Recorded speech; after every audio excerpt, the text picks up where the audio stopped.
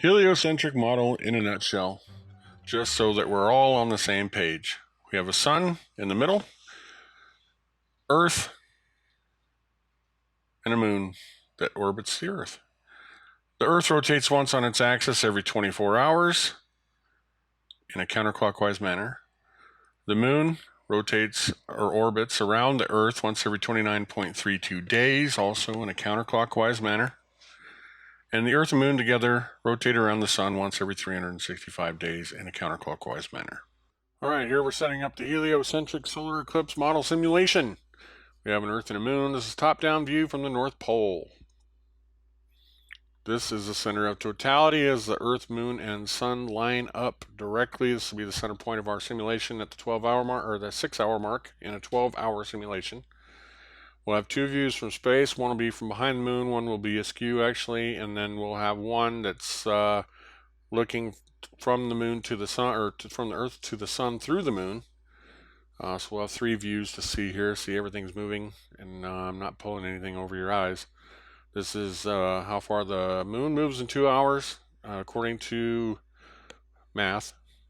4,318.73 miles, 1.023 degrees in 2 hours. I'm going to add the sun's angle change to that because we know that the sun and moon alignment is what casts the shadow, and that the moon moving across the sun's path is going to determine the direction of the shadow, according to those people that think that's what actually happens. We shall see. So adding that together, we get 1.1 degrees in a 2-hour period, and that's going to give the moon the best advantage to cast a shadow from west to east. We're going to see here. Since we know that the angular speed of the moon, 1.1 degrees, we can put the moon anywhere we want. Scale has absolutely nothing to do with this test. The only thing that will change the size of the shadow is changing the size of the moon, and we're not measuring for the shadow, so we could care less. We just want to see which way it goes, and that's what we're testing for. So here we go. 2 hours, 1.1 degrees of the progression of the moon equals a 30-degree precession, or the rotation of the Earth in the same direction, causing you to observe the moon moving backwards from your perspective 28.9 degrees. The math says she don't work, it don't go west to east, so we're going to test this thing and find out. Maybe we're wrong. All right, and then set up from the side here. We're going to turn this thing on its side so the north's on top. We're getting a side view. Put the moon 5 degrees above the ecliptic plane of the Earth. And we'll do that so that the light of the sun at this time of year, it's the right angle to cast the eclipse shadow where it says it is. And that's it.